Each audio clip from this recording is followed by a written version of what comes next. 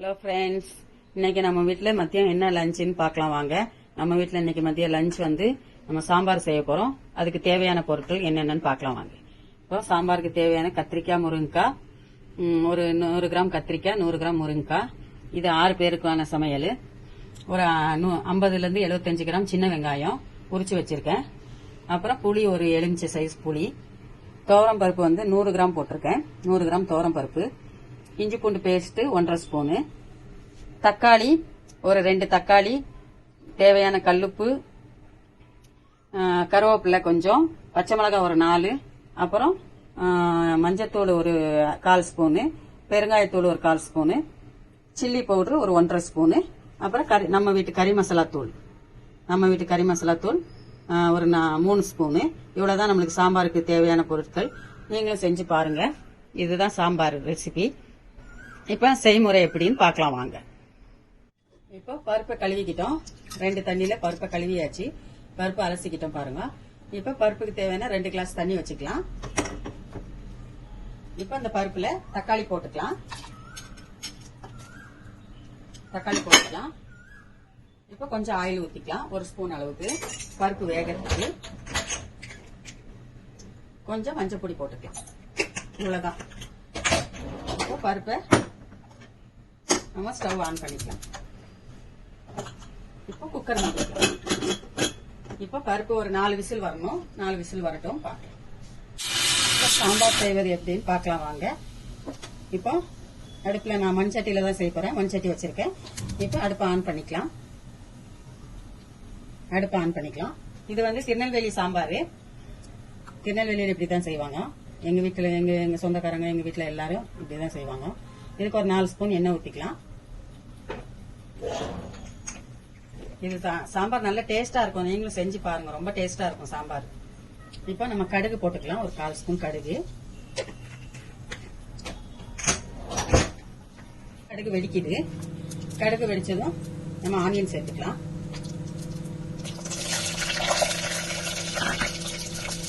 இப்போ நம்ம green chilli, பச்சை மிளகாய், கருவேப்பிலை, உப்பு இந்த 3 சேர்த்துக்கலாம். குக்கர் பருப்பு விசில் வருது. 2 விசில் ஆச்சு. 4 விசில் வரணும். இப்போ இஞ்சி பூண்டு பேஸ்ட் போட்டுக்கலாம். 1½ ஸ்பூனு. எங்க திருநெல்வேலி சமையல எல்லாத்துலயுமே இஞ்சி பூண்டு பேஸ்ட் இல்லாம இருக்காது. எல்லாத்துலயுமே கட்டாயம் இஞ்சி பூண்டு பேஸ்ட் இருக்கும். அதனாலதான் இஞ்சி பூண்டு பேஸ்ட் போடுறது நாங்க சாம்பாருக்கு. இஞ்சி பூண்டு பேஸ்ட் போட்டு, வெங்காயம் போட்டு, பச்சை மிளகாய், கருவேப்பிலை, கடுகு எல்லாம் போட்டு நல்லா வதக்கணும். ஒரு வெங்காயம் நல்லா வதங்கி வரணும். வெங்காயம் நல்லா வதங்கிடுச்சு. இந்த அளவுக்கு வதங்கணும். அப்புறம் காய் வேகும் போது வெங்காயமும் வெந்துக்கணும். இந்த அளவுக்கு வதங்கின பிறகு நம்ம மிளகாத்தூள், மஞ்சத்தூள், பெருங்காயத்தூள் இந்த 3 சேர்த்துக்கலாம். 3 சேர்த்துக்கலாம். இதை சேர்த்து 2 நிமிஷம் வதங்கணும். அப்புறம் நம்ம காய் சேர்த்துக்கலாம். முருங்கைக்காய், கத்திரிக்காய். காய் உங்களுக்கு எவ்வளவு தேவையோ காய் எவ்வளவு சேர்த்துக்கலாம். நான் ஒரு 100 கிராம் சேர்த்துருக்கேன். ஒரு முருங்கைக்காய், 2 கத்திரிக்காய் சேர்த்துருக்கேன். காயும் போட்டு நல்லா வதக்கிக்கணும். நம்ம உப்பு சேர்த்துட்டோம். இது திருநெல்வேலி சாம்பார். ரொம்ப டேஸ்டா இருக்கும். ரொம்ப நல்லா இருக்கும். நீங்க மறுபடியும் சாப்பிடணும் போல தோணும் உங்களுக்கு. அதனால ரொம்ப டேஸ்டா இருக்கும். செஞ்சு பாருங்க. மிஸ் பண்ணாதீங்க. நான் கேரண்டி இதுக்கு. அப்புறம் நம்ம எடுத்து வச்ச கறி மசாலா தூள், நம்ம வீட்டில் அரைச்ச கறி மசாலா தூள் 3 ஸ்பூனு. இதையும் போட்டுக்கலாம். இப்போ நம்ம புளி வச்சிருந்தோம். புளி ஊற்றிக்கலாம். ஒரு எலுமிச்சை சைஸ் புளி ஊற்றிக்கலாம். இப்போ தண்ணி ஊற்றிக்கலாம். இந்த ஸ்டேஜில் நம்ம புளி ஊற்றியாச்சு, தண்ணி ஊற்றியாச்சு. நம்ம கொஞ்சம் தேங்காய் அரைச்ச பேஸ்ட் சேர்க்கணும். கொஞ்சம் தேங்காய் அரைச்ச பேஸ்ட் சேர்த்துக்கலாம். இன்னும் திருநெல்வேலியில தேங்காய் அரைச்சது சேர்த்துக்குவாங்க. தேங்காய் ஊத்தாம சாம்பார் வைக்க மாட்டாங்க.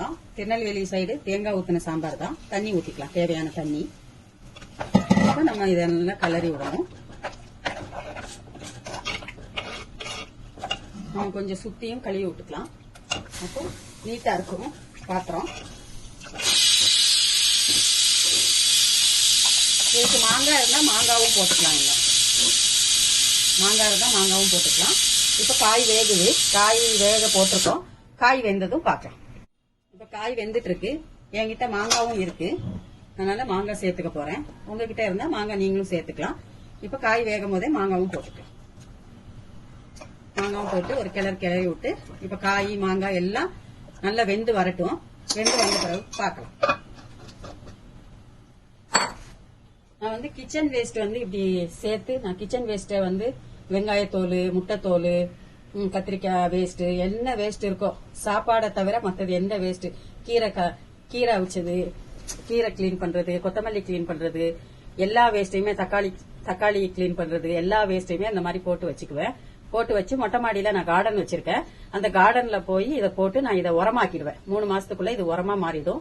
என் கார்டனுக்கு இந்த உரத்தை தான் நான் கொடுக்கறது. வெளியே உரம்லாம் நான் வாங்குறது இல்ல காசு கொடுத்து. என் கிச்சன் வேஸ்ட் வச்சு நான் உரமாக்கி நான் கார்டன்ல உரம் பண்ணிடுவேன். நான் அதையும் உங்களுக்கு காட்டுறேன். இப்போ நம்ம புளி பேஸ்ட் ரெடி பண்ணிட்டு இருக்கோம். இந்த ஸ்டவ்ல புளி பேஸ்ட்டுக்கு ரெடி ஆகுது. புளியை வந்து கரைக்காமலே பேஸ்ட் பண்ணி வச்சுக்கலாம். இது எப்படி செய்யணும்னு உங்களுக்கு தேவைன்னா சொல்லுங்க, நான் செஞ்சு காட்டுறேன். இப்ப இங்க வந்து புளி பேஸ்ட் ரெடி ஆகுது. சாம்பார்ல காய் வந்துருச்சா பாக்கலாம் வாங்க. ஓபன் பண்ணிட்டு காய் இடையில பார்த்து நீங்க தேவைன்னா காய் வேகிறதுக்கு தண்ணி வேணா தண்ணி ஊத்திக்கலாம். இப்போ காய் வெந்திருக்கான்னு பாக்கலாம். காய் வெந்துருச்சு. நம்மளுக்கு காய் வெந்து தெரியும். காய் வெந்துருச்சு. இப்போ நம்ம 4 விசில் வச்ச பருப்பை நல்லா மேஷ் பண்ணிக்கலாம். இதை தக்காளி போட்டதுனால நம்ம அதுல தக்காளி போடல, நம்ம பருப்புல தக்காளி போட்டிருக்கோம். இப்போ அந்த பருப்பை ஊத்திக்கலாம்.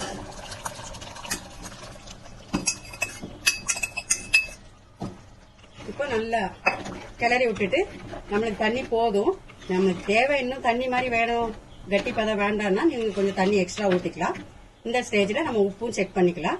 இது நல்ல சுவையா இருக்கும், சூப்பரா இருக்கும். எங்க திருநெல்வேலி ஸ்டைல்ல சாம்பார் வச்சிருக்கேன். நீங்களும் சாப்பிட்டு பாருங்க எப்படி இருக்குன்னு. நம்ம தேங்காய் சொல்றது முதல்ல நான் தேங்காய் சொல்றதை மறந்துட்டேன். அப்புறம் தான் சேர்த்திருக்கேன் தேங்காய் கொஞ்சம், ஒரு 2-3 பீஸ் அளவு. வெறும் தேங்காய் தான், வெறும் தேங்காய் சேர்த்து அரைச்சி அதை ஊத்திக்கணும். நான் சொல்ல மறந்துட்டேன். நான் ஊத்தும் போது உங்களுக்கு காட்டியிருக்கேன். அந்த மாதிரி தேங்காய், புளி, மசாலா எல்லாம் நான் செஞ்ச மாதிரி எல்லாமே கரெக்டா செஞ்சு பாருங்க, கரெக்டா வரும். இந்த சாம்பார் நல்லா கொதிக்கணும். பருப்பு ஊத்தி ஒரு கொதி வரணும். கொதி வரவும் நம்ம கொத்தமல்லி தழை போட்டு நம்ம ஸ்டவ் ஆஃப் பண்ணிக்கலாம். இந்த சாம்பார் எங்க வீட்டுல இன்னைக்கு மதியம் லஞ்ச் இந்த சாம்பார் தான். ரொம்ப டேஸ்டா இருக்கும். நீங்களும் ட்ரை பண்ணி பாருங்க, எப்படி இருக்குன்னு சொல்லுங்க. லைக் பண்ணுங்க, ஷேர் பண்ணுங்க, கமெண்ட் பண்ணுங்க. எங்க பெப்பர் சமையல் சேனலுக்கு சப்போர்ட் பண்ணுங்க. நீங்களும் இன்ஷா அல்லாஹ் செஞ்சு பாருங்க. இன்ஷா அல்லாஹ் உங்களுக்காக நான் துவா செய்யறேன், எங்களுக்காக நீங்க துவா செய்யணும். இன்ஷா அல்லாஹ் அடுத்த வீடியோல பாப்போம். அஸ்ஸலாமு அலைக்கும். இப்ப சாம்பார் ரெடி. நம்ம திருநெல்வேலி சாம்பார் ரெடி.